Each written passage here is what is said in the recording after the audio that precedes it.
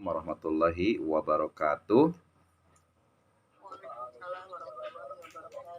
Alhamdulillahirabbil alamin. Wassalatu wassalamu ala asrofil anbiya'i wal mursalin habibana wa nabiyyana Muhammadin sallallahu alaihi wasallam wa ala alihi wa ashabihi wa man tabi'ahum bi ihsanin ila yaumiddin wa ba'd.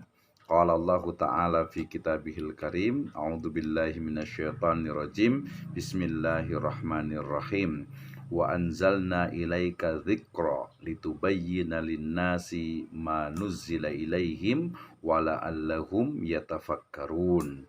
Wa qala aidan wala taqfu ma laisa laka bihi ilmun inna sam'a wal basara wal fuada kullu ulaika kana anhu mas'ula. Fi riwayatin rawahu Tirmidzi man qala fil qur'ani bi ghairi ilmin falyatabawwa maq'adahu minan nar.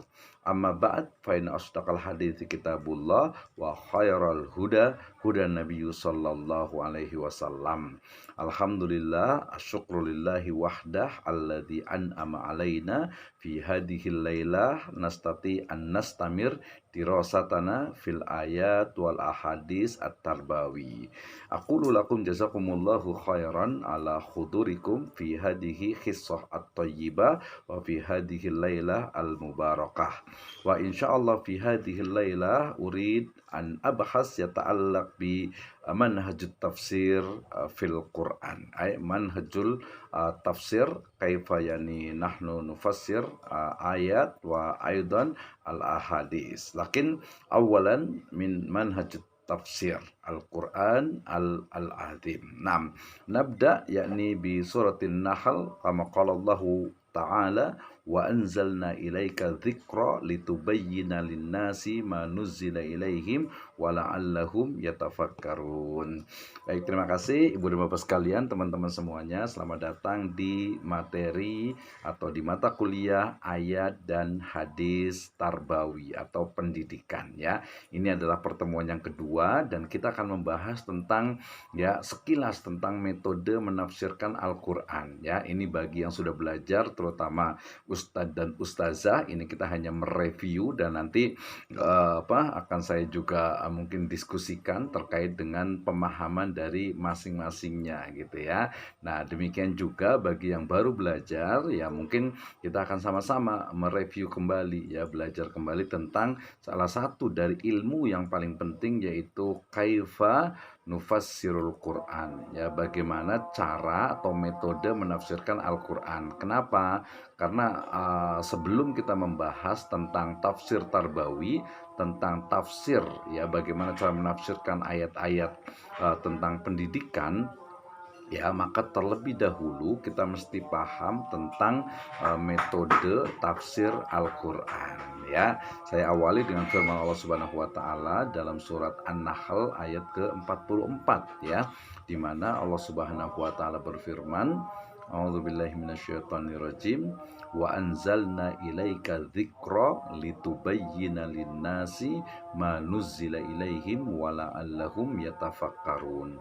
Dan kami Allah Subhanahu wa taala turunkan kepadamu Al-Qur'an agar kamu itu menerangkan ya, agar engkau yaitu Nabi Muhammad SAW itu menerangkan pada umat manusia manuzzila ilaihim, apa yang telah diturunkan kepada mereka, wala allahum yatafakkarun ya, agar mereka itu memikirkan. Nah, berarti di sini adalah Al-Qur'an itu sebagai apa? Sebagai penerang, huda wa nur ya, sebagai petunjuk dan juga cahaya yang menerangi bagi kehidupan umat manusia ya.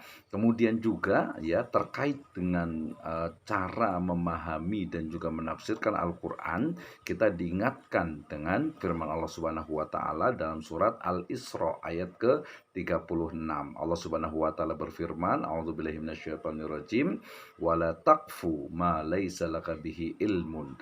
Jangan ya kita itu mengikuti apa yang kita tidak mengetahui pengetahuan. Ya di sini menggunakan kata takfu artinya engkau ya. Janganlah engkau itu mengikuti apa yang engkau tidak mempunyai pengetahuan. Ya kenapa? Inna sam'a sesungguhnya pendengaran, wal basara dan juga penglihatan, wal fuad dan juga hati, ulaika kana anhu mas'ula atau kullu ulaika kana anhu mas'ula akan dimintai pertanggungjawabannya. Ya artinya ketika kita menafsirkan Al-Qur'an tentu saja tidak boleh sembarangan ya, kita harus juga merujuk kepada ilmunya ya, salah satunya adalah manhajut tafsir, metode dalam menafsirkan Al-Qur'an ya. Kemudian sebuah riwayat ini riwayatnya mauquf sampai kepada salah satu sahabat Nabi yaitu Abdullah bin Mas'ud ya, man qala fil Qur'ani bi ghairi ilm ya, siapa saja yang berkata, yang menafsirkan, yang menjelaskan Al-Qur'an tanpa ilmu, falyatabawwa maq'adahu minan nar ya, maka ia telah menyiapkan tempat duduknya di neraka. Nah, ayat ataupun hadis lebih tepatnya yang serupa adalah kama qala Rasulullah sallallahu alaihi wasallam, jadi dikatakan man kadzdzaba alayya muta'ammidan falyatabawwa maq'adahu minan nar ya, man kadzdzaba alayya ya, siapa saja yang berdusta atas namaku ya, nama Nabi sallallahu alaihi wasallam, falyatabawwa maq'adahu minan nar, maka dia telah menyiapkan tempat duduknya ya di dalam neraka. Naudzubillahi min dzalik. Maka ya ayat dan hadis ini berbicara tentang bagaimana sebenarnya menafsirkan Al-Qur'an ya, harus dengan ilmu, harus sesuai dengan apa yang telah digariskan atau yang dirumuskan oleh para ulama. Naam. Ya awalan yakni labudda alaina an nafham ma huwa at-tafsir. Fil awal at-tafsir minal kalimat al-fasr ya, bimakna al-bayan. Jadi yang pertama bahwa yang disebut dengan tafsir ya dari kata-kata al-fasr itu artinya adalah bayan, penjelasan dan juga keterangan. Kenapa? Karena menerangkan dan juga mengungkapkan sesuatu yang belum jelas ya. Berarti ini adalah makna dari tafsir ya. Nah, sebagian ya kata tafsir itu juga serupa dengan al-kasyaf ya. Al-kasyaf itu artinya menyingkap ya. Maksudnya adalah ya menyingkap ataupun membuka ya dari sesuatu yang tersembunyi, terutama nanti terkait dengan ayat-ayat yang sifatnya itu tidak hanya ekstrinsik tetapi juga intrinsik ya, ayat-ayat yang sifatnya itu bukan hanya eksplisit tetapi juga implisit ya, jadi makna yang ada di dalam ayat tersebut. Nah, sehingga kemudian ya istilah tafsir itu adalah mengungkap dan menjelaskan makna Al-Qur'an yang belum jelas ya, samar dan menjadi jelas maknanya ketika ya sehingga mudah diambil hikmah, maksud dan kandungannya ya. Misalnya ketika kita berbicara tentang surat misalnya yang mudah saja ya, yang mudah saja ya, di surat Al-Fatihah misalnya ya, a'udzubillahi minasyaitonirrajim, bismillahirrahmanirrahim, alhamdulillahi rabbil alamin. Alhamdu ya segala puji, pujian ya adalah lillahi bagi Allah Subhanahu wa taala, Rabb pencipta, pengatur, penguasa, al-alamin. Nah, berarti segala pujian, segala kebaikan, segala hal yang bisa mendekatkan diri kepada Allah Subhanahu wa taala ya, lillahi rabbil alamin. Nah, itu yang paling mudah. Kemudian tadi ada iqra ya, bacalah. Nah, kata-kata iqra sendiri itu maknanya sebenarnya bukan hanya iqra atau dari kata qara'a yaqra'u, bukan hanya membaca tetapi bisa juga bermakna ittabi ya, artinya ikuti, imlakan gitu. Kenapa? Karena kita tahu bahwa kata-kata ataupun kalimat iqra ya ketika turun ya, asbabun nuzulnya adalah ketika malaikat Jibril kemudian memegang atau memeluk erat-erat Nabi Muhammad SAW dan mengucapkan iqra. Maka ketika itu Nabi SAW itu berpikir bahwasanya ma ana biqari ya, saya nggak bisa baca gitu. Iqra apanya yang mau dibaca? Ma ana biqari ya, sampai berapa kali kemudian iqra bismi rabbikal ladzi khalaq. khalaqal insana min 'alaq. Nah, dari situ berarti Iqra itu bukan hanya membaca teks ya, tetapi juga mengikuti ya dalam makna yang luas nanti adalah membaca ayat-ayat qauliyah tentu saja dan juga ayat-ayat kauniyah ya.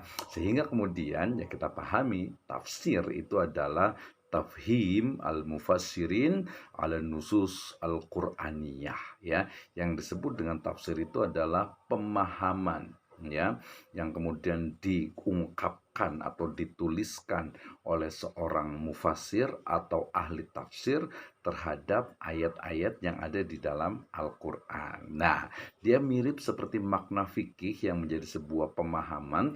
Kalau tafsir berarti memang memahami sebuah ayat. Jadi tafsir itu adalah pemahaman ya seorang mufassir ya yang tentu saja ada seorang ulama terhadap sebuah ayat Al-Qur'an. Nah, dari sini kita bisa memahami bahwa ada yang sifatnya itu qot'i yaitu nas itu sendiri, nusus yaitu ayat Al-Qur'an dan nanti juga nanti hadis yang sahih gitu ya.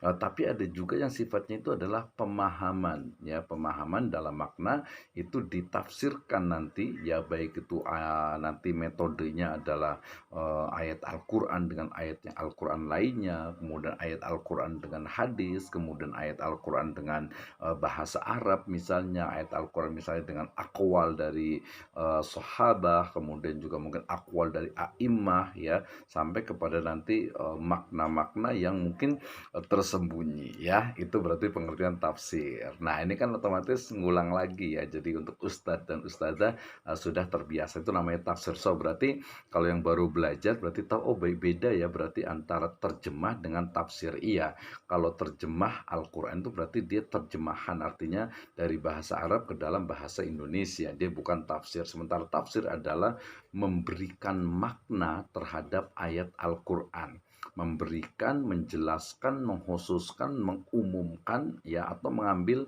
satu penjelasan ya, satu mungkin bisa dikatakan keterangan dari sebuah ayat Al-Qur'an. Misalnya ya misalnya nanti idh qala luqmanu libnihi wa huwa ya'iduhu ya bunayya la tusyrik billah. Luqman, wa idh qala Luqman. Luqman itu siapa? Itu juga nanti makna dengan tafsir. Kenapa Luqman itu kemudian digelari dengan apa? Al-Hakim ya, seseorang yang bijaksana. Ya, kenapa? Karena Al-Hakim itu adalah pemilik hikmah. Apa itu hikmah? Wah, dijelaskan lagi. Ya, wajadilhum billati ahsan misalnya gitu ya. Wa mau'idul hasan dan seterusnya. Jadi itu asyiknya ya ketika kita membaca Al-Qur'an kemudian membaca terjemahannya dilanjutkan dengan membaca tafsirnya. Plus juga ya kita belajar untuk juga ini maknanya apa ya. Nah, itu yang disebut dengan afala yatadabbarunal Qur'an ya. Apakah tidak ada atau apakah siapa saja yang yatadabbarunal Qur'an, mereka itu tidak mentadaburi Al-Qur'an ya. Padahal walaqad yassarnal Qur'ana lidzikri fahal mim muddakir ya. Oke, itu berarti makna dari tafsir. Berarti tafsir itu adalah keterangan, penjelasan makna dari sebuah ayat Al-Qur'an. Nah, di dalam Islam ya atau dalam penjelasan banyak ulama bahwa cara untuk menafsirkan Al-Qur'an itu ada dua ya. Yang pertama adalah tafsir bil ma'thur ya, dan yang kedua adalah tafsir bi ra'yi. Ya, termasuk nanti tafsir bi ra'yi ini ada tafsir bil ilmi ya, dengan ilmu. Nah, apa itu tafsir bil maksur? Ya, tafsir bil maksur itu adalah metode menafsirkan Al-Qur'an ya dengan ayat ya, hadis ya, dan juga pendapat sahabat, tabi'in dan juga para ulama ya. Berarti tafsir bil dengan maksur, dengan riwayat, dengan asar. Arafna ma huwal farq bainal hadis wal khabar wal asar ya. Nah, kita mengenal ada tiga istilah dalam ilmu hadis nanti itu ya. Jadi ada al hadis atau as sunnah ya, kemudian juga ada khobar, kemudian juga ada yang disebut dengan al-asar, ya, disebut dengan asar. Nah, jadi tafsir bil maksur adalah menafsirkan Al-Qur'an ya dengan ayat yang lainnya atau juga dengan hadis. Sebenarnya sih kalau lebih tepat itu ya dengan hadis karena bil riwayat gitu ya. Jadi dengan hadis dan juga penjelasan dari sahabat tabi'in, tabi'ut tabi'in dan juga ulama-ulama setelahnya. Itu tafsir bil maksur. Nah, yang kedua ada tafsir bi ra'yi. Ya, artinya apa? Menjelaskan ya, memberikan makna ayat-ayat Al-Qur'an dengan logik, dengan ilmu dan juga dengan ijtihad. Ya, misalnya tadi ketika inna syirka la zulmun azim, ternyata bahwasanya kesyirikan itu adalah kezaliman yang nyata. Kenapa? Karena di ayat yang lain dikatakan apa? Alladzina amanu walam yalbisu imanahum bidzulmin ulaika lahumul amnu wahum muhtadun. Ya, alladzina amanu, orang-orang yang beriman, ya, alladzina amanu walam yalbisu imanahum, yang tidak mencampur adukan keimanan mereka ya bizulmin, dengan kezoliman, ya. Jadi dalam asbabun nuzul ini, ayat ini, bahwa para sahabat itu merasa kesusahan ketika mengatakan orang-orang yang beriman yang tidak mencampur adukan keimanan dengan kezoliman. Ya, padahal mereka memahami bahwa ya manusia itu banyak berlaku apa, zolumun kafar, ya, berlaku zolim. Maka kemudian ada beberapa penafsir atau mufasir yang menyebutkan bahwa az-zulmu fi hadhil ayah bimakna asyirk. Limadza? Kama qala Allah Ta'ala fi ayatil Luqman, ya, inna syirka la zulmun azim. Tentu saja makna az-zulmu fi hadhil ayah, pada ayat ini makna zulmunya itu dia bukan hanya asyirik, tetapi juga mungkin masuk juga ke dalam al-kabair, as-saghair dan juga al-ism pada umumnya, ya. Nah, itu ya. Jadi kemudian setiap metode dapat menggunakan perangkat ini. Artinya ketika kita memahami Al-Qur'an gitu ya, kemudian membaca ayatnya, ya, kemarin saya katakan kan, membaca ayat Al-Qur'an, oh ternyata maknanya itu sangat luas sekali. Ya, misalnya tadi ketika bicara tentang khalaqal insana min 'alaq, ya, yang telah menciptakan, ya, telah menciptakan insan, manusia, min alaq. Nama huwa al alaq, itu biasanya diterjemahkan atau dipahami, ditafsirkan baik secara maksur ataupun secara ra'yi, ya. Jadi ada dua metode tafsir. Yang pertama adalah tafsir bil maksur dan yang kedua adalah bi ra'yi. Bi ra'yi di sini termasuk juga bil ilmi atau bil ilm, ya. Nah, al-misal fi hadhihi yakni fi hadal manhaj, ya, contoh dari tafsir bil maksur yakni kama qala Allah Ta'ala wa kulu washrabu hatta yatabayyana lakumul khaytul abyadu minal khaytil aswad, ya, minal fajar. Ini surat Al-Baqarah ayat 187. Ya, makan dan minumlah sampai jelas kepada kalian itu ya benang putih dari benang yang hitam. Artinya apa nih, para sahabat itu ketika itu, ini kan riwayat tentang saum, tentang puasa gitu ya. Jadi kita itu makan dan minum di malam hari itu sampai benang putih itu terlihat berbeda dengan benang hitam, maksudnya itu kelihatan gitu ya. Nah, maka para sahabat kemudian ada yang berarti dia bawa benang nih ketika malam, ya, ketika dia santap sahur gitu ya. Nah, kemudian ini benangnya masih belum kelihatan nih, hitamnya nih, benang putih, tapi karena masih gelap jadi nggak kelihatan gitu ya. Ternyata bukan seperti itu. Maksudnya adalah minal fajar adalah tafsir bagi apa yang dikehendaki dalam kalimat khaitil abiyad, artinya benang yang putih, ya. Nah, ini kan berarti ternyata itu adalah makna majasi gitu ya. Jadi bukan berarti kalau pas sahur itu kemudian kita megangin benang warna putih gitu sampai kelihatan. Kalau belum kelihatan berarti belum, ya. Kalau zaman sekarang kan sudah ada listrik gitu ya. Nah, di situ berarti makna minal fajar itu sebenarnya adalah makna yang dikehendaki dari khaitil abiyad atau yang disebut dengan apa tadi, benang warna putih. Nah, kemudian contoh berikutnya tadi adalah dalam Al-Qur'an Quran surat Al-An'am ayat ke-82. Ya, kama qala Allah Ta'ala, a'udzubillahi minasyaitonirrajim, alladzina amanu wa lam yalbisu imanahum bidzulmin. Ya, orang-orang yang beriman dan tidak mencampur adukan keimanan mereka dengan kezaliman, fi suratil Al-An'am. Ya, maka kemudian ya Rasul menafsirkannya, ini langsung Rasul tadi ya, bukan hanya sahabat ya, tapi langsung ya, bahwasannya inna syirka la zulmun azim. Sungguhnya ya kesyirikan itu adalah kezaliman yang nyata, ya, yang nyata. Maka kemudian di situ berarti makna zulum dalam surat Al-An'am ayat 82 artinya orang-orang yang beriman yang kemudian mereka tidak berbuat syirik, maka mereka itu adalah apa? Orang-orang yang aman, ya, yang selamat tentu saja, gitu ya.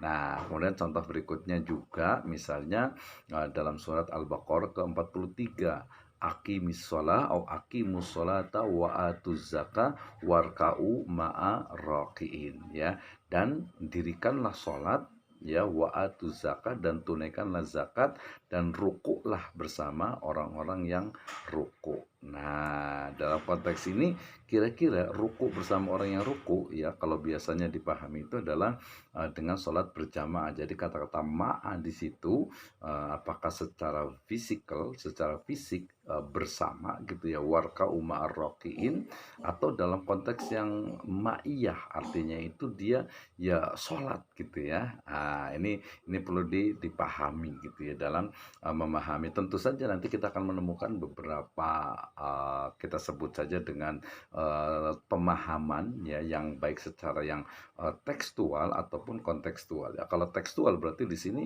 warka'u ma'ar rokiin artinya rukulah kalian bersama orang-orang yang ruku, gitu ya. Artinya di situ berarti adanya secara tekstual itu adalah kewajiban untuk sholat berjamaah. Ada kata-kata perintah di situ. Nah, nanti kita lihat yang penting juga adalah ketika kita membaca Al-Quran kemudian juga tidak tersekat ya, atau tidak terhenti ya, tidak terjebak juga pada satu ayat itu saja, karena nanti banyak ayat yang mungkin bisa menjelaskan, mengkhususkan, kemudian juga menjadikan sesuatu jadi jadi umum gitu ya, dan lain sebagainya. Jadi tidak semua, misalnya juga ada kata-kata, misalnya ada dalam Al-Quran itu ada namanya disebut dengan lam nahi ya, lam yang menunjukkan larangan. Jadi misalnya la tusyrik billah, jangan berbuat syirik. Nah, la di situ bisa menunjukkan wajib, tapi bisa juga menunjukkan makruh. Bahkan ada juga yang menunjukkan la itu menjadi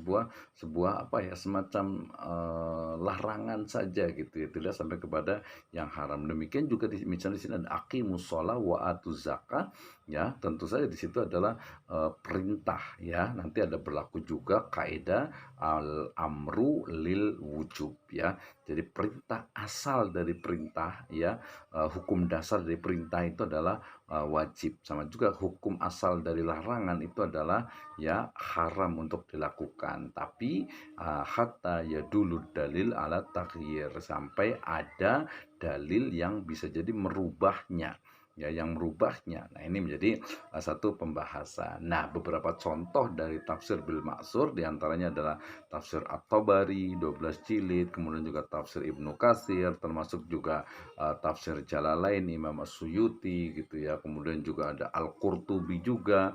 Al-Qurtubi biasanya sudah agak sedikit ada unsur birro'yinya juga gitu ya. Karena lebih kepada ahkam. Kemudian juga tafsir-tafsir yang lainnya ya, standarnya itu tafsir Ibnu Katsir lah ya, untuk sebenarnya bukan standar tapi yang paling mudah ya. Jadi itu beberapa contoh. Jadi memahami ayat Al-Qur'an ya, kemudian ditafsirkan dengan ayat Al-Qur'an, dengan hadis ya, kemudian dengan riwayat-riwayat yang lainnya. Nah, kemudian yang berikutnya adalah tafsir birro'yi ya, atau bil ilmi. Ini tadi adalah tafsir Jalalain pada beberapa bagian ya. Misalnya tadi ya, kata-kata khalaqal insana min alaq ya. Allah Subhanahu wa taala telah menciptakan manusia min alaq. Nah, kata kalimat alaq fi hadhil ayah itu jamaknya adalah apa? Alaqah, yang berarti segumpal darah yang kental. Nah, ini tentu saja segumpal darah yang kental itu seperti apa gitu ya. Kan perlu dijelaskan apakah dia adalah semacam apa janin yang ada di dalam rahim seorang perempuan misalnya gitu, seorang calon ibu gitu ya, atau seperti apa. Nah, urutannya itu kita harus tahu juga. Oh, nanti kita bisa lihat misalnya ada penjelasan lebih detail tentang penciptaan manusia itu di surat Al-Mu'minun ya. Ya tadi. Nah, kemudian beberapa contoh dari tafsir birra'yi diantaranya adalah tafsir Al-Qurtubi ya, kemudian juga Al-Jalalain dan juga Al-Baidawi dan beberapa yang lain. Sebenarnya mereka juga menggunakan, artinya tidak 100% gitu ya, tetapi banyak menggunakan ra'yi ya, menggunakan ide, pendapat dan juga gagasan. Nah, termasuk juga kalau zaman sekarang ini adalah tafsir bil ilmi tadi ya, dengan berbagai ilmu pengetahuan. Misalnya ya, ketika kita berbicara tentang misalnya dalam surat Yasin misalnya, wasyams, dan matahari tajri fi mustaqarrillaha dzalika takdirul azizil hakim. Dan matahari tajri itu bisa berevolusi atau berrotasi, bisa berjalan di tempat, atau bisa juga betul-betul berjalan mengitari ya, fi mustaqarrillah adalah pada tempat peredarannya. Berarti ya berjalan di tempat peredarannya gitu. Biasanya itu adalah revolusi. Berarti matahari juga berputar atau berjalan ya. Berarti itu ketika membicarakan tentang bagaimana berarti kaitannya dengan tata surya. Ya, itu tafsir bil ilmi ya. Ini menarik sekali nih ketika kita bicara tafsir bil ilmi. Nah, ketika bicara tentang metode tafsir tadi, berarti adalah metode itu adalah cara ya. Meta dan hodos ya, artinya metode artinya adalah cara. Berarti metode tafsir adalah cara dalam menafsirkan Al-Qur'an ya. Di sini metodenya itu ada 4 gitu ya. Pertama adalah tafsir tahlili, artinya analisis, artinya menafsirkan Al-Qur'an dengan cara menganalisis dari ayat itu, baik tadi menggunakan ayat Al-Qur'an yang lainnya ya, bil maksur, atau mungkin juga bil ra'yi atau bil ilmi. Nah, kemudian juga ada metode ijmali, artinya dia global, artinya memahami Al-Qur'an nanti kemudian secara global. Nah, ada juga yang metodenya itu adalah muqarron, perbandingan. Ini biasanya menggunakan kata-kata yang banyak kata yang sama di dalam Al-Qur'an, tapi kemudian berbeda maknanya atau pengertiannya. Misalnya, kalau manusia di dalam Al-Qur'an gitu ya, itu selalu disebutnya dengan istilahnya adalah apa? Adalah An-Nas ya, dari Al-Insun ya. Ya, wa ma khalaqtul jinna wal ins ya illa liya'budun. Berarti ada insun, al-insu ya, an-nas. Nah, ada juga menggunakan kata-kata al-bashar ya, kadang-kadang juga menggunakan ya bani adam khudu zinatakum inda kulli masjid wa kulu washrabu wa la tusrifu innallaha la yuhibbul musrifin ya. Jadi di dalam Al-Qur'an ketika Allah Subhanahu wa taala berfirman, terkadang menggunakan kata-kata ya ayuhan nas ya, inna khalaqnakum min dzakari wal unsa wa ja'alnakum syu'uba wa qabaila lita'arafu inna akramakum indallahi atqakum. Berarti di situ menggunakan kata-kata nas ya. Kemudian juga kadang menggunakan kata-kata bashar ya, innaka anta al-bashar ya. Nah, jadi apa sih perbedaan? Nah, itu nanti terdapat dalam metode mukon, membandingkan antara ayat yang satu dengan ayat yang lainnya. Misalnya, ini yang paling ini biasa di surat Al-Maidah misalnya ya, dikatakan wa man lam yahkum bima anzalallah faulaika humul kafirun, faulaika humul zalimun, faulaika humul fasikun. Nah, jadi kita nggak bisa tuh pakai kemudian berarti kafir nih, yang enggak lah gitu ya, karena banyak ayat ya. Jadi konteksnya, perbandingannya menggunakan kata kita itu seperti apa. Ini mohon maaf nih agak sedikit kontroversi ya, tapi bukan itu, hanya contoh saja gitu ya, contoh saja. Nah, ini menjadi hal yang sifatnya itu muqarran. Nah, kemudian yang menarik kalau biasanya untuk tesis dan juga penulisan itu adalah tafsir maudhu'i ya. Maudhu'i itu artinya tematik ya, berdasarkan tema. Misalnya saya mau meneliti tentang pendidikan anak ya di dalam Al-Qur'an ya. Kira-kira apa saja nih? Oh, tadi mulai surat Yusuf misalnya, kemudian juga surat Luqman juga misalnya ya. Kemudian mungkin surat Maryam juga gitu ya. Oh, berarti ada beberapa nih ya. Nah, nanti kita inikan lagi, kita urutkan lagi berdasarkan mungkin usia ya, dari mulai hamil ya, melahirkan sampai remaja, sampai dewasa, sampai ya hatta asudda arba'ina sanatan misalnya gitu ya. Jadi oh, ternyata lengkap sekali nih ya. Jadi kita di tematiknya, atau mungkin saya ingin bicara tentang tafsir ya. Ini karena ini adalah program studinya adalah pendidikan agama Islam, jadi nanti lebih banyak ke pendidikan gitu ya. Jadi saya ingin melakukan penelitian tentang menggunakan tafsir maudhu'i misalnya terkait dengan adab ya, adab orang tua terhadap anak. Wah, kebalikannya kali ya. Ya, atau mungkin adab guru terhadap siswa, terhadap muridnya. Ini bukan terbalik, memang seperti itu. Jadi terkadang sering sekali adab misalnya adab anak terhadap orang tua itu sudah biasa gitu ya. Adab murid terhadap guru. Nah, ini bagaimana adab orang tua terhadap anak gitu ya. Adab guru terhadap misalnya anak muridnya. Nah, itu juga ada nggak ya? Ya, memang harus dieksplor semuanya gitu ya. Misalnya kalau yang standar itu kan berarti ya adab dari anak terhadap orang tua di dalam surat Al-Isra. A'udzubillahi minasyaitonirrajim. Bismillahirrahmanirrahim. Wa qada rabbuka alla ta'budu illa iyyah wa bil walidaini ihsana. Naam, fi hadhil ayah arafna ma huwa makna al-ihsan ya. Wabil walidaini ihsana. Ihsan itu seperti apa? Ah, itu masuk ke dalam tafsir. Jangan sampai nanti al-ihsan ya, ma huwal ihsan. Al-ihsan itu adalah anta budallaha ka'annaka tarahu fa illam takun tarahu fa innahu yarak ya. Oh, itu bukan, beda gitu ya. Walaupun kata-kata sama juga menggunakan kata-kata ihsan gitu ya, tapi maknanya adalah berbeda ya.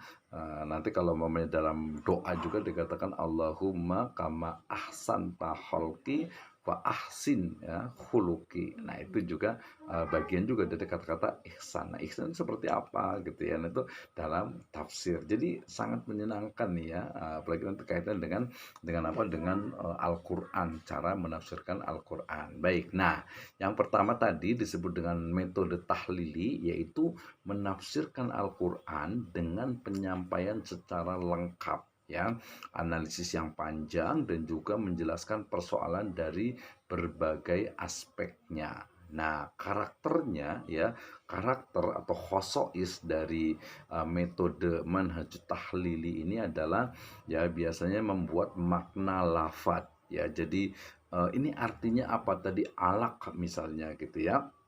Kemudian juga dari sisi ijaznya, kemudian juga balaghahnya ya, jadi seni bahasanya gitu ya. Kemudian juga dari sisi munasabahnya ya, dengan misalnya satu ayat dengan ayat yang lainnya atau dengan konteks zamannya. Kemudian juga asbabun nuzulnya, berarti terkait dengan asbabun nuzul ya, jadi sebab turunnya ayat itu. Nah, terkadang juga menggunakan kiroat gitu ya. Mungkin ada yang menggunakan alhamdulillah, ada ilhamdulillah gitu ya. Kemudian juga melihat nanti kisah-kisah Israiliyat misalnya gitu. Jadi harus dilihat nih, ini apakah ada kaitannya atau tidak, dan bagian-bagian yang lainnya. Nah, dari sini biasanya kalau umpamanya metode tahlili itu akan menemukan ya kesimpulan dari berbagai aspek, misalnya dari sisi fikih ya, kemudian juga syariat, kemudian juga akhlak, mungkin juga dari sisi keilmiahannya ya, dari sisi akidah atau tauhid ya, amarnya, perintahnya, nahinya, larangannya ya, kemudian wa'adnya, janji ya, ancaman dan lain sebagainya. Jadi kalau kita tahlil berarti dia betul-betul melihat dari sisi tadi ya, satu hal misalnya tadi wala takfu ya, la takfu ya, laisa laka bihi ilmun. Jadi jangan apa ya, jangan istilahnya itu mengikuti atau mungkin ya memberikan istilah itu memberikan pemahaman pemaknaan sembarangan lah gitu ya. Jangan mengikuti ya, jangan diikuti ilmu yang kita belum ketahui gitu ya. Jadi jangan asal mengikuti saja gitu ya. Nah, jadi termasuk juga misalnya nih ya, misalnya di dalam Al-Qur'an disebutkan ya, misalnya terkait dengan pendidikan ya. Dengan pendidikan misalnya ayat-ayat tentang tadi lanjutan ya, allamal insana malam ya'lam ya, allamal insan malam ya'lam ya. Allah Subhanahu wa taala yang mengajarkan ya kepada manusia itu sesuatu yang mereka tidak ketahui. Nah, malam ya'lam itu berarti dalam konteks apa? Apakah ilmu qauliyah ya atau ilmu kauniyah. Nah, ini juga menjadi hal yang juga menarik gitu ya. Kemudian juga misalnya nih terkait dengan pendidikan kejujuran ya, yang di surat Juz Amma lah yang paling gampang ya. Dikatakan di surat Al-Mutaffifin, a'udzubillahi minasyaitonirrajim, bismillahirrahmanirrahim, wailul lil mutaffifin. Wah, dari kata-kata wailul lil mutaffifin saja itu sudah ini sudah wailul lil mutaffifin. Wail itu apa ya? Wail itu apakah kecelakaan atau neraka wail gitu ya? Nah, itu udah masuk ke tafsir gitu ya. Jadi makna itu akan sangat banyak sekali. Dari sini sebenarnya kita akan menemukan sebenarnya, oh berarti ketika kita membaca Al-Quran tidak hanya satu maknanya nih ya. Misalnya tadi ya yang di Al-Fatihah, balik lagi Robbul Alamin ya, Robbil Alamin, Rob, makna Rob itu apa sih gitu ya. Rob ya, nanti Rob bayani sohiro berarti yang menciptakan, yang mengelola, yang memanage, yang menguasai, yang memiliki. Jadi maknanya itu dia tidak satu, apalagi dalam konteks bahasa Arab dan wahyu lagi kalamullah ini, dia akan lebih banyak lagi ayat gitu ya, lebih banyak lagi makna. Jadi dia bukan hanya dari satu sisi saja ya. Nah, itu ya. Nah, terkadang ya mirip juga dengan ensiklopedia karena luasnya pembahasan tadi. Jadi satu kata, nanti kita bisa diskusi ya. Kita bisa diskusi tentang banyak sekali ayat Al-Qur'an ya terkait dengan pendidikan, termasuk juga mungkin secara umum banyak hal gitu ya. Banyak hal gitu ya. Misalnya tadi kata-kata di Luqman, surat Luqman misalnya ya bunayya. Kenapa dia menggunakan kata-kata ya bunay gitu ya? Ya bunay, kenapa seperti itu? Itu menggunakan dari sisi balaghahnya. Nah, salah satu dari keunggulan ya atau kelebihan dari tafsir tahlili ini adalah terkait dengan ide dan informasi itu dia akan semakin luas gitu. Kenapa? Karena dia tidak hanya mengambil dari sisi bahasa saja ya, tidak hanya mengambil dari satu bahasa saja gitu ya, tetapi dia bisa dari sisi tadi munasabahnya, kemudian juga dari sisi kiroatnya, dari sisi balaghahnya ya, kemudian dari sisi juga mungkin asbabun nuzulnya. Jadi banyak gitu, jadi nggak bisa hanya dari satu perspektif saja gitu. Jadi dia kaya ide dan juga informasi. Misalnya kalau kita tahu misalnya di surat Al-Fath ya, Allah Subhanahu wa taala berfirman, a'udzubillahi minasyaitonirrajim, bismillahirrahmanirrahim, inna fatahna laka fatham mubina. Ya, Al-Fath ya, Al-Fath itu adalah ya kemenangan ya, Fathu Mekah, di situ terjadi pembukaan dari kota Mekah gitu ya. Atau mungkin balik lagi lah ke surat Juz Amma ya, misalnya Allah Subhanahu wa taala firman dalam surat Asy-Syarh itu, idza jaa nasrullahi wal fath. Karena tadi nyambung ke al-fath gitu ya. Al-fath itu futuh gitu ya, al-futuhat. Nah, berarti ini maknanya apa gitu. Oh, ternyata para sahabat menyebutkan bahwa idza jaa nasrullahi wal fath itu adalah tanda-tanda bagi ya sudah dekatnya ya wafatnya Nabi Shallallahu alaihi wasallam. Jadi kadang sesuatu yang maknanya itu secara bahasa itu adalah A misalnya, ternyata sebenarnya maknanya itu B. Sehingga nanti harus banyak sekali hal-hal yang kita bisa baca. Makanya ketika ada ayat-ayat misalnya Ar-Rahmanu 'alal arsyistawa ya, Ar-Rahman ala di atas ya arsy ya, di arsy singgasananya istiwa. Nah, itu juga menjadi makna istiwa itu seperti apa gitu ya. Ya istaula atau apa. Nah, itu dia masuk ke dalam tafsir ya, sehingga tadi cakupannya itu sangat luas sekali. Kemudian yang kedua ya, dapat menggunakan berbagai perangkat penafsiran baik itu maksur ataupun ra'yu ya, ru'yat gitu. Jadi ide gagasan itu sangat mungkin sekali ya ketika menggunakan ijaznya, lafadznya, balaghahnya, munasabahnya, asbabun nuzulnya. Misalnya tadi ya di surat Iqra sudah tentang asbabun nuzul, kemudian juga mungkin di surat qul ya ayyuhal kafirun, atau mungkin ini yang lain. Jadi inna a'toina kal kausar. Kama qala Allah azza wa jalla, a'udzubillahi minasyaitonir rajim. Bismillahirrahmanirrahim. Inna, ya sesungguhnya kami a'toina telah memberikan kepada engkau kal kausar.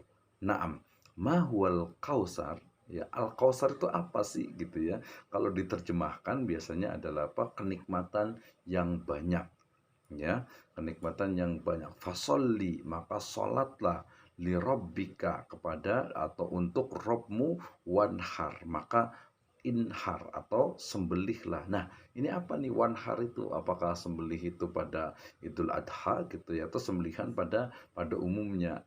Jadi maknanya itu banyak sekali. Bahkan misalnya dikaitan dengan apa? Watini wazaitun ya, waturi sinin ya. Jadi makna watin walaupun secara bahasa itu adalah buah tin dan juga zaitun.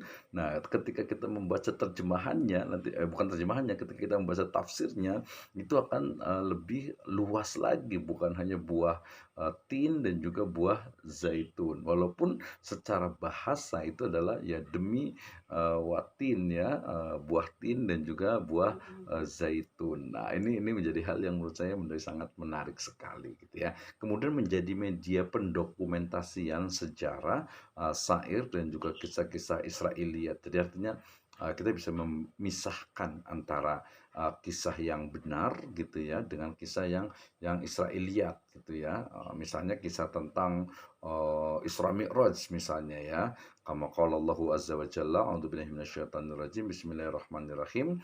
Subhanalladzi asra bi abdihi lailan minal masjidil haram ilal masjidil aqsa alladzi barakna haula. Ya, artinya bahwa di situ ada kata-kata asro ya. Asro itu berarti apa ya? Memperjalankan. Kalau memperjalankan kan berarti mungkin ya, kalau secara bahasa itu ya berarti memperjalankan, berarti menjalankan, sama seperti kita mungkin pegang apa namanya boneka misalnya, kemudian kita pegang suruh jalan gitu ya, menjalankan gitu ya.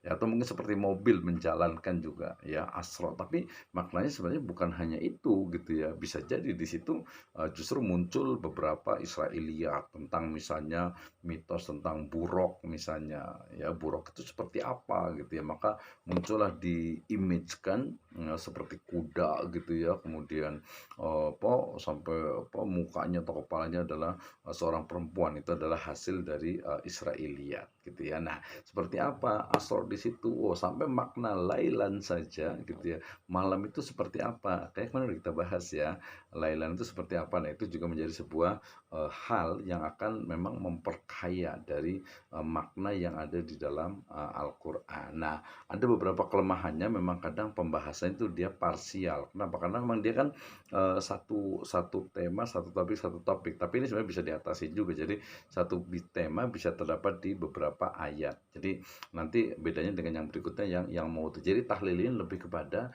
cara menafsirkan Al-Qur'an ya, ayat demi ayat ya, tanpa melihat yang lainnya. Ini secara apa istilahnya itu, spesifiknya. Ya, nanti kalau dalam praktek tentu saja pasti dikaitkan dengan ayat yang lainnya. Kemudian penafsiran bersifat subjektif, ya memang apa hampir ya rata-rata itu bahwa tafsir itu ya subjektif. Nah, tetapi kemudian subjektifnya itu sesuai dengan background dari latar belakangnya. Makanya tadi nggak boleh sembarangan apa menafsirkan Al-Qur'an. Tetapi juga tidak kemudian menganggap bahwasanya tafsir Al-Qur'an itu hanya untuk para mufasir. Tidak juga, karena ada beberapa juga yang memang kita mestinya dipahami. Walaqad yassarnal Qur'ana lidzikri fahal mim mudakir gitu. Jadi bukan hanya ini saja sebenarnya, apalagi kita di sini adalah mahasiswa di level master dan juga ini adalah para ustadz dan ustazah ya. Kemudian juga tadi Ada juga memang kelemahannya itu dia tidak fokus dalam satu pembahasan secara tuntas ya, karena memang dia satu hadis itu saja itu kelemahan, sehingga kemudian ketika membahas ayat itu saja gitu, makanya kemudian ketika kita membahas satu ayat, sebaiknya ya tadi ya dikaitkan dengan ayat yang lainnya, ada nggak nih gitu ya. Misalnya kalau kita hanya membaca aqimis sholata liduluki syamsi ila ghasaqil lail wa qur'anal fajr inna qur'anal fajri kana masyhuda. Quran al-Fajr itu apa? Ya membaca Al-Quran ketika fajar. Ya misalnya, ya, oh ternyata bukan, di situ adalah bacaan Al-Quran yang ada ketika sholat subuh berjamaah gitu ya. Kemudian tadi aqimi sholat liduluki syamsi ila ghasaqil lail, ya laksanakanlah sholat ya ketika matahari itu matahari itu mulai mulai apa ya, zawal gitu ya. Kemudian sampai matahari itu sampai istilahnya itu bayangannya, dan juga nanti maghrib sampai ke ini ya, sampai ke malam gitu, misalnya itu ada dua disebut dengan sholatul bard gitu ya. Nah itu seperti apa, jadi tidak bisa hanya memahami dari satu ayat saja. Bahkan misalnya kita membaca kemarin itu alhaqumut takasur ya, dalam konteks at-takasur di situ ya, maknanya tentu saja kalau dalam konteks digital sekarang ini itu kita bisa lebih luas lagi ya, lebih luas lagi, termasuk tadi misalnya tadi kata-kata zinah ya. Zinah itu adalah tadi khudu zinatakum inda kulli masjid ya, artinya ambillah, gunakanlah ya, pakailah. Zina itu adalah perhiasan. Zinatakum, perhiasan itu inda kulli masjid, ketika ya inda kulli masjid, ketika masjid ya, ketika memasuki masjid, ketika berangkat ke masjid, atau yang lebih tepat ketika melaksanakan sholat. Jadi kalau kita sholat itu pakai baju yang rapi, pakai baju yang bagus ya, kemudian juga bersih tentu saja yang utama. Itu ya, jadi banyak sekali ini kita bisa diskusi tentang hal ini. Nah kemudian yang berikutnya adalah tafsir ijmali, tadi yang sifatnya itu adalah global ya. Jadi kalau tadi tahlil itu dia analisis mikro gitu ya, sementara kalau ijmali itu dia analisisnya itu makro. Kenapa? Karena metode tafsir ijmali ini adalah metode yang menafsirkan Al-Quran dengan ringkas dan global. Ini mirip dengan mungkin kalau yang pernah baca tafsir Jalalain, kurang lebih seperti itu. Jadi tafsirnya itu ringkas ya, tapi memang mudah dipahami ya, taisir Al-Quran dan sebagainya. Nah beberapa karakter dari tafsir ijmali itu ada dia singkat ya, jadi memang agak mirip-mirip tuh dengan terjemahan ya. Kemudian dia tidak menjelaskan penjelasan yang bertele-tele, tidak seperti misalnya tafsir Mukatsir yang dibawakan hadisnya, riwayatnya, akwal gitu, kisah-kisah gitu ya. Tidak seperti itu kalau ijmali. Kemudian menjelaskan intisari dan maksud ayat satu persatu. Jadi dia dalam satu ayat misalnya iyyaka na'budu wa iyyaka nasta'in, atau mungkin ihdinas siratal mustaqim ya, tunjukilah kami kepada siratal mustaqim ya. Siratal mustaqim itu apa? Tadi tafsir lagi kan, siratal mustaqim itu apa ya, sirat al mustaqim berarti jalan yang lurus. Jalan yang lurus itu seperti apa ya, tinggal baca ayat berikutnya aja, siratal ladzina an'amta alaihim ya. Jadi sirat, jalan yang itu yang ditempuh oleh an'amta alaihim, orang-orang yang diberikan nikmat ya, diberikan oleh Allah Subhanahu wa taala kenikmatan, ghairil, bukan orang-orang yang maghdub ya, yang dimurkai, dan juga bukan jalannya orang-orang yang dolin. Nah maghdub itu siapa, dolin itu siapa, itu adalah tafsir ya, tafsir. Jadi perlu dipahami itu ya. Oke, kemudian biasanya juga tadi sisi penyajiannya itu dia adalah urutan dari mushaf 30 juz. Wah ini luar biasa sekali nih ya. Misalnya nih saya ambilkan juga ini nanti namanya itu tafsir ini ya, tafsir maudhu'i ini sebenarnya, karena dia Al-Quran Asy-Syariah ya.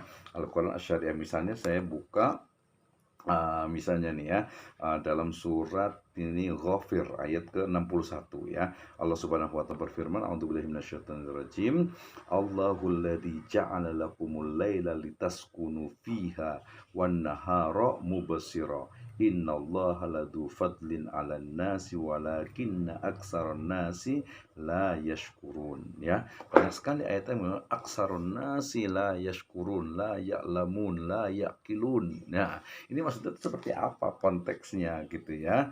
Belum lagi nanti kata-kata yang menunjukkan tentang tadi apa misalnya itu Allah Subhanahu wa taala telah menjadikan bagi kalian lail litaskunu, ya, menjadikan apa malam itu sebagai apa, sebagai waktu untuk apa, beristirahat, ya.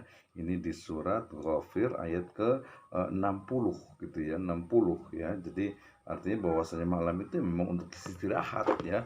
Tapi litas kunufiat, tapi kalau zaman sekarang kan kita malam juga masih belajar nih. Ah, itu berarti ya nggak mesti juga, ya. Hukum asalnya malam itu memang untuk istirahat, tapi kemudian untuk belajar juga, bahkan mungkin ada banyak juga yang bekerja gitu ya. Nah, itu tentu saja ada istisnanya, ya. Jadi tidak, nggak bisa tuh kita memahami ayat gitu secara satu saja gitu ya, secara satu bagian saja gitu ya. Nah, ini juga misalnya di surat, juga di surat ini apa, Ar-Ra'd dikatakan, ya, saya bacakan, a'udzubillahi minasyaitonirrajim, bismillahirrahmanirrahim, alif lam mim ra, tilka ayatul kitab walladzi unzila ilaika min rabbikal haqqu walakinna aktsarun nasi la yu'minun. Oh, sama juga nih, ya, aksarun nas la yu'minun. Jadi kebanyakan manusia itu tidak beriman, tidak bersyukur, tidak mengetahui gitu ya. Nah, berarti konteks sekarang itu seperti apa? Apakah kebanyakan manusia itu seperti itu? Ya perlu data berarti gitu. Misalnya kalau walakin aksarun nasi la ya apa la yu'minun, ya kebanyakan manusia itu tidak beriman, berarti kita lihat nih ya statistik dari umat Islam ya di dunia. Kalau kita lihat di Indonesia ya mayoritas lah, hampir 89% gitu ya, hampir 90% gitu. Tapi kalau kita lihat di negara lain, di Singapura misalnya yang sekitar 14%, kemudian di Malaysia sendiri juga sekitar 35 sampai 40% gitu ya, 35-40%. Nah, itu berarti kan bagaimana dengan dunia? Itu berarti tafsir apa ya, bil waqi gitu ya, bil ilmi tentu saja, dengan ilmu gitu. Jadi nggak bisa hanya melihat dari satu ayat saja. Nah, kemudian kelemahan dari tafsir Ismaili ini biasanya memang pembaca bisa langsung memahami maksud ayat gitu ya. Jadi dia keunggulannya ya, kemudian juga praktis, kemudian informasi terbatas. Jadi kalau kekurangan itu dia lebih kepada informasi itu terbatas, sehingga memahami latar belakang kesimpulan makna itu tidak secara detail ya. Kemudian juga pemahaman juga jadi parsial karena dia tidak detail sampai ke dalamnya ya. Nah, ini juga menjadi biasanya ayat-ayat yang sifatnya itu muqatta'ah ya, kalimatul muqatta'ah, misalnya alif lam mim ra, qaf ha ya ain shad. Itu sebenarnya udah di luar ya, tapi artinya itu memahami itu ya. Misalnya tadi nun wal qalami wa ma yasturun ya, demi kolam, pena. Apakah kolam itu pena? Pena soalnya kan, oh berarti pena yang buat menulis gitu ya, seperti apa, padahal dikatakan bahwa inna awwala ma khalaqallahul qalam. Jadi makhluk pertama yang diciptakan oleh Allah Subhanahu wa taala itu adalah al-qalam atau pena misalnya. Wah, itu berarti pena itu ya salah satu tool dalam pendidikan. Kenapa? Ya, kita akan lihat. Oke, tadi adalah dari sisi tafsir apa ijmali. Yang berikutnya adalah tafsir muqarran, yaitu metode tafsir ya, di mana dia itu menafsirkan atau penafsiran yang menyajikan perbandingan satu tafsir dengan tafsir yang lainnya dalam ayat, surat, kumpulan ayat tertentu atau tema-tema tertentu, ataupun ayat dengan hadis ya. Ada Prof. Muhammad Khirsin menambahkan bahwa bisa saja yang dibandingkan itu adalah kitab suci agama lain. Ini agak sedikit ini gitu. Jadi ada mukoron, perbandingan, misalnya tentang model pendidikan, misalnya tentang materi pendidikan, misalnya tentang model pembelajaran gitu ya. Nah, jadi itu yang pasti sih kalau saya lebih cenderung yang pertama, yaitu bahwa metode tafsir muqarran itu adalah menafsirkan ya satu ayat dengan ayat yang lainnya ya, dengan ayat yang lainnya banyak sekali ya. Artinya satu ayat yang ini menunjukkan misalnya wajib gitu ya, tapi di ayatnya menunjukkan hanya sebuah, istilahnya itu apa, sebuah anjuran misalnya gitu ya. Misalnya ketika perintah untuk sholat tahajud misalnya, ya dikatakan uh, wa minal laili fatahajjat bihi nafilah. Nah, di situ kan menggunakan kata-kata nafilah gitu ya. Nafilah talaka asa ayyab asa rabbuka maqamam mahmuda. Maqamam mahmuda ya seperti apa? Itu nanti kita bandingkan dengan maqamam mahmuda di ayat yang lainnya. Itu mungkin tadi dengan fatahajjat ya, menggunakan kata-kata tahajjud. Nah, jadi muqarrin dia membandingkan terutama dengan ayat yang sama dengan makna yang sama ya. Makna yang sama misalnya nih kata-kata apa ya, kalau kufur terlalu ini ya, misalnya kata-kata munafik misalnya ya, kata-kata munafik misalnya. Munafik itu ternyata ketika membaca di situ ada yang i'tiqadi, ada yang munafiknya adalah atau mali atau amal gitu ya. Jadi dia munafik yang sifatnya itu keyakinan, i'tiqadi ya, ada juga yang sifatnya itu adalah munafik secara amal. Jadi kita bisa lebih meluaskan dari keilmuan yang ada. Nah, karakteristik dari metode tafsir muqarran ini, perbandingan ini biasanya memuat sebuah perbandingan ayat, surat dan juga tema serta kumpulan ayat tertentu ya, ayat tertentu. Misalnya kita ingin tahu sebenarnya apa sih karakter utama dari ayat-ayat yang turun di Mekah dengan Makkiyah dengan ayat-ayat yang turun di Madinah atau Madaniyah ya. Nah, itu ya. Jadi kita lihat kemudian juga misalnya berita ataupun ayat Al-Qur'an yang berbicara tentang alam semesta misalnya. Ya, kita bandingkan antara satu ayat yang satu dengan ayat yang lainnya gitu ya. Misalnya juga di surat Ar-Rahman ya, Ar-Rahman 'allamal Qur'an, khalaqal insan 'allamahul bayan, asy-syamsu wal qamar dan seterusnya gitu ya. Itu banyak sekali ayat yang sama gitu, tapi sebenarnya belakang itu dia berbeda gitu ya, karena ada konteks dari ayat sebelumnya atau setelahnya itu akan sangat berbeda, sehingga kita tidak bisa kemudian memahami hanya dari satu ayat saja, perlu ada perbandingan, perlu ada disandingkan gitu ya. Nah, kemudian dapat menyajikan tema-tema tertentu atau maudhu'i ya, nanti yang berikutnya yang paling banyak digunakan. Nah, kelebihannya dia bisa mengetahui keunggulan dan kekurangan sebuah penafsiran secara langsung. Ini biasa tadi kalau kita bandingkan antara tafsir misalnya Ibnu Katsir gitu ya dengan Jalalain misalnya, atau mungkin tafsir dengan misalnya tafsir yang Aisar Tafsir misalnya, atau mungkin dengan tafsir yang mungkin Al-Misbah misalnya, atau juga mungkin Al-Azharnya Hamka misalnya. Nah, kita kan mengetahui masing-masingnya ya. Nah, memang kalau secara kepraktisan Muqarrin ini kurang praktis karena dia harus lebih detail, jadi lebih dalam bentuk kajian gitu ya.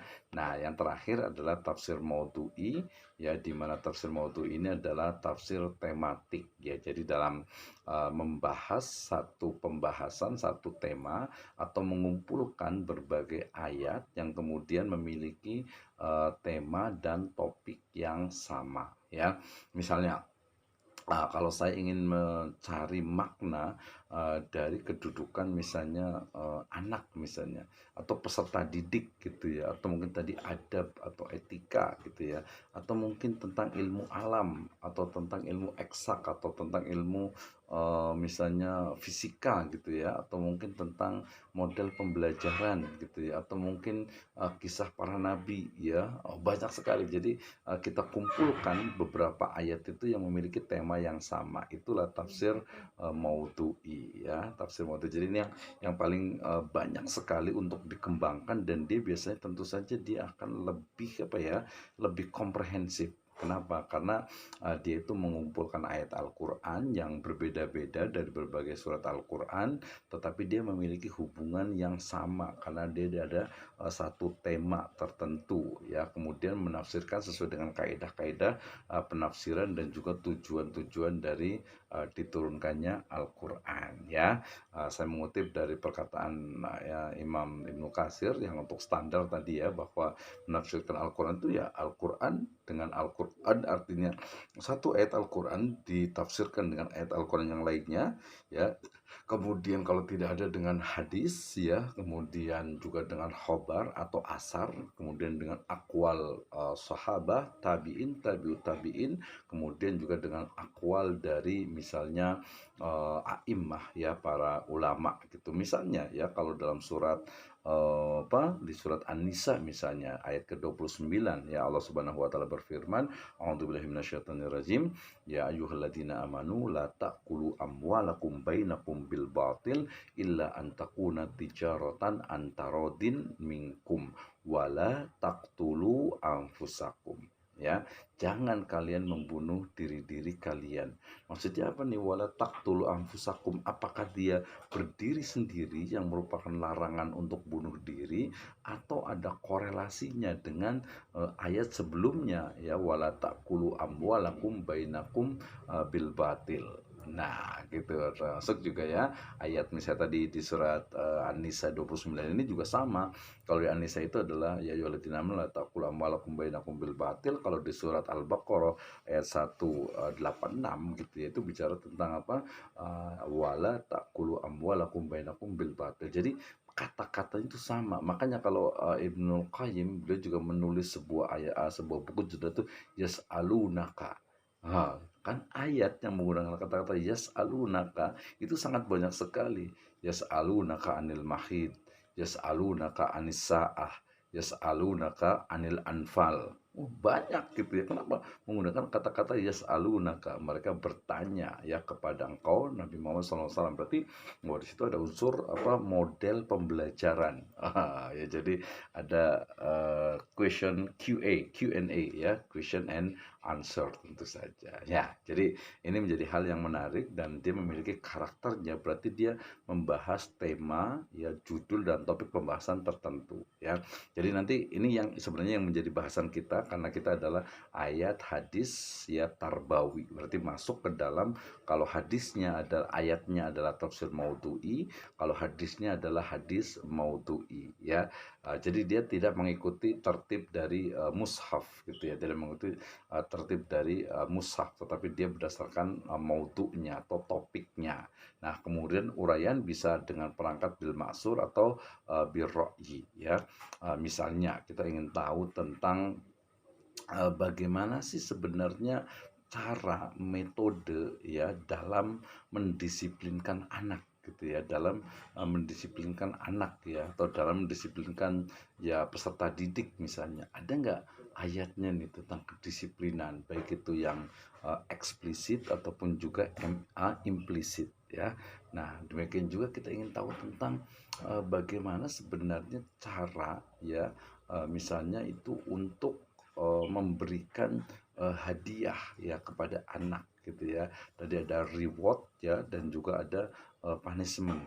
Atau mungkin kita ingin tahu sebenarnya yang diajarkan untuk anak itu apakah tadi hanya perkataan Luqman saja, atau mungkin ada yang lainnya gitu ya. Luqman Al-Hakim tadi itu, ya bunayya la tusyrik billah inna syirka la dzulmun adzim gitu ya. Atau mungkin juga di surat Al-Mu'minun ya, atau seperti apa gitu ya. Nah, itu kita bisa gunakan maudhu'i. Jadi misalnya ini kita mau kritik tentang materi-materi dalam pendidikan agama Islam. Maksudnya materi itu adalah subjeknya, karena kalau kita membahas tentang pendidikan agama Islam, kita akan menemukan dalam terutama di sekolah baik dasar atau menengah itu ada Al-Quran dan hadis gitu ya. Kemudian ada misalnya akidah dan akhlak gitu ya. Kemudian nanti ada tafsir, ada apa, tarikh atau sirah ya, sejarah peradaban Islam. Kemudian ada bahasa Arab misalnya. Nah, itu menjadi apa, hal yang menurut saya juga